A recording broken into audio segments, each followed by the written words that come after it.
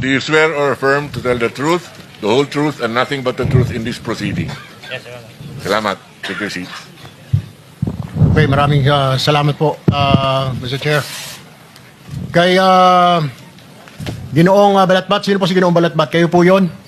Totoo po ba na kayo po ay nagdi-deliver po ng pera doon po sa bahay ni or sa condo ni Congressman Saldico? Will you attest to that po na totoo po yung sinasabi ng boss ninyo? Your Honor, bali ako po, isang beses lang po ako nakapag-deliver doon. Gaano karami po yon? Kung inyo po natatandaan, ilang maleta, ilang sako yung deliver po ninyong pera? Your Honor, sa pagkakatanda ko po, mga nasa 6 to 8 na maleta po. 6 to 8 na maleta. Alam niyo po ba kung magkano halaga noon? Di ba kayo sinabihan kung magkano? Wala po kaming idea. Saan po dinala? Pero alam po ninyo na pera po ang laman ng maleta po na yon. Hindi po kinonfirm na pera, so wala po kaming idea. Okay. Saan niyo po dineliver yung mga maleta na yon? Nung nasama po ako doon, Your Honor, sa Valle Verde po. Ito po ba yung bahay ni ni Congressman ako sa Valle Verde 6? Bahay po siya pero hindi ko po alam kung kay Senator. Sino po ang sumalubong po sa inyo doon? Mga tauhan po yung nandun, Your Honor. Mga tauhan. Wala pong resibo na parang acknowledgement receipt or what? Basta i-deliver niyo lang po doon? Hindi ko po alam, Your Honor. Alright, may papakita po kami slide ng bahay po. Ano po, kung ito po yung bahay na sinasabi ninyo na dineliver po ninyo sa bahay ni Congressman Saldico. Pakilagay po yung bahay. Kung ito po ba, ma-confirm lang po. Your Honor, magkaiba po yan, Your Honor. Magkaiba. Opo. Okay. Yung sasakyan mo na yan, alam niyo yan? Yung NFI 6319? Your Honor, bali yan po yung nag-pick up po ng... Yan po kasi, Your Honor, yung sa Fairview po. Ano naman yung sa Fairview? Bali yan po yung dinadala namin ni Christian ng... Dinadala po na... Mga maleta din po yung dinadala namin. So, hindi lang po isang beses. Kasi kung dinadala po namin, sabi nyo, iba naman po ito. So, ibang sasakyan naman po ito. Opo, Your Honor. Bali po kasi yung sa sinasabi nyo po na yung sa Valle Verde po, isang beses lang po nakapagdala doon eh. Yung sa ano po, Yung ito. iba po yan nung ano eh. Sino po ang diniliberan na naman ninyo ng pera dito? Itong gamit yung sasakyan na ito. Hindi, Your Honor, hindi po kami ang may gamit na sasakyan na yan. Pero kasama po yan dyan sa inyong office, itong NFI 6319. Hindi po. Bali po, yan po yung sasakyan ng kumuha ng mga maleta. Yan po. So, nag-exchange lang kayo. Galing po sa sasakyan ninyo, inilipat nyo po dyan. Bali sila po yung kumuha sa sasakyan namin. Saan po ang nangyari itong transaksyon na ito na palitan, na ikarga from your sasakyan to that sasakyan? Saan po nangyari ito? Sa Phoenix Petroleum po, sa Dahlia Street, Fairview po. Doon po nangyari yung palitan, Opo. na inilipat sa inyong sasakyan yung pera. Okay. Opo. Alright, babalikin kita mamaya. Mr. Christian, ikaw naman po, ilang beses ko kayo nakapag-deliver ng pera po sa sinasabi ni D. Alcantara? At kani-kanino po ang inyong pinag-deliveran? Doon po sa Dahlia po, 7 beses po. Dahlia? Opo. Ano po yung Dahlia? Yung ito pong binanggit ni... Sa Fairview? Opo, Fairview po. Okay, ilang maleta naman po yung diniliver nyo ho doon? Per deliver po, nasa 8 to 10 na maleta po. 8 to 10 na maleta. Tina-transfer din po ninyo? Hindi. Opo. Kasama ko po si Mr. Andre. Kasama si Engineer Alcantara? Si Andre po. Si Andre? Ako po yung driver niya. Para kanino daw po yun? Hindi po namin alam, Your Honor. Hindi nyo alam, pero may sumasalubong. Ilang beses pong ganun transaksyon ang ginawa ninyo, palitan po, o nililipat yung maleta? Diyan po sa Dahlia, 7 beses po. 7 beses. Ano yun, buwan-buwan, linggo-linggo? Magkakaibang araw po, Your Honor. Pero sa loob ng isang buwan. Hindi po. Mga ilan, pagitan, ilang buwan, ilang araw?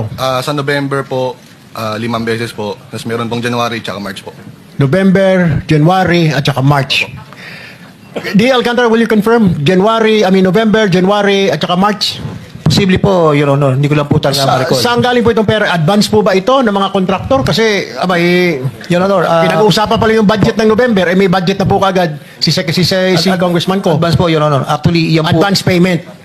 Yung sa sinasabi niya pong 6-7 maleta, approximately mga magkano pong pera laman nun? 6 na hanggang 8 maleta. Normally po, ang isang maleta, nagre-range po from 30 to 40 million. Pagkakatanda ko po. Kasi nilalagyan po namin ng numero yon para po for total. Normally po, mga 30 to 40. Pinakamababa na po yung, pag maliit po yung maleta, mga nasa 25. Meron pong, hindi ko po matanda kung meron po kaming isang maletang malaking-malaki na kaya po yung 50. Pero bihira po yung 50. 30 to 40 po normally ang isang maleta po.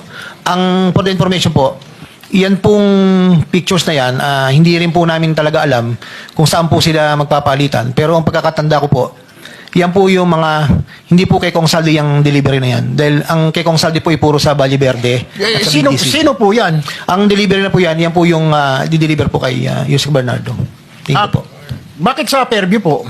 Hindi po namin alam. Meron lang pong binibigay na number. Tapos inuutos ko po dun sa chief of staff ko, kay Carlo. And si Carlo na po ang nakikipag-usap sa mga driver. At hindi ko po, kahit po ako, si Engineer Bryce, si Engineer JP, hindi po alam kung saan po talaga ang location po. Basta yung number lang po, kukontakin lang po ni Engineer Carlo na binigay po sa akin, binigay ko po sa kanya. Then siya na po yung magpe-prepare and then iuutos na po sa, di ba si Carlo ang nag-ano sa inyo? Dalawa. Sino po si Engineer si Carlo po? Sino? Siya po yung chief of staff ko na kumukuha po sa proponent po. So, nandiyan po ba si Mr. Carlo? Naimbitahan po ba, Mr. Chair? Ano po? Pwede po ba matanong natin? Kasi parang, so si Carlo ang tinatawagan po ng proponent. Hindi po. Nagtitext sa proponent. Ako po ang nag-utos po. Ako po ang kausap po. Upon the instruction of the proponent. Huwag na natin sabihin proponent, nalilito ang tao, politiko, Yes, Sir Honor. congressman o senador. Ganun po ba yon? Yusek Bernardo and Saldi ko lang po. Si Yusek Bernardo. Kasi may nasabi po silang Congressman Saldi, ito po si Balatbat kanina. Opo. Nung nagdi-deliver na po sa Valle Verde, sabi ko nga po sa statement ko, Sir, Your Honor, meron pong times na dalawang beses po sa BGC sa parking. Tapos po, and the rest po is sa Valle Verde po, na bahay po dun sa, hindi ko na po kung talagang kanya. Sinasabi po ni Ginoong Christian ay 7 beses daw po. Panay kay Bernardo lang po ba yon yung delivery na yon? Or may mga congressman po doon at senador? Ay, ako po, Your Honor. Opo, yung sinabi po ni Christian kanina, 7 times po siya nag-deliver. Ang kay Congressman Saldi po, nakakasama po yung ilang driver po doon. Minsan po kasama po ko, minsan sila na lang po dahil alam na po nila.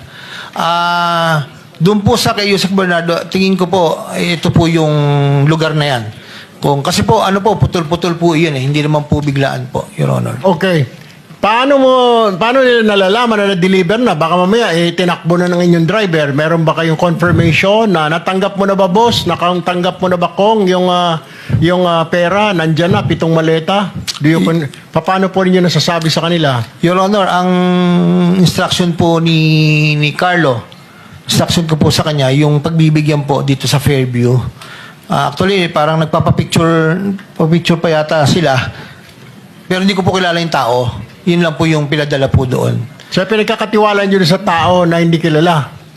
Yun po kasi yung binigay po na number. Pangalan at Yes number? po, opo. Nung politiko o nung ni undersecretary? Yes po, Your Honor. Alright, okay.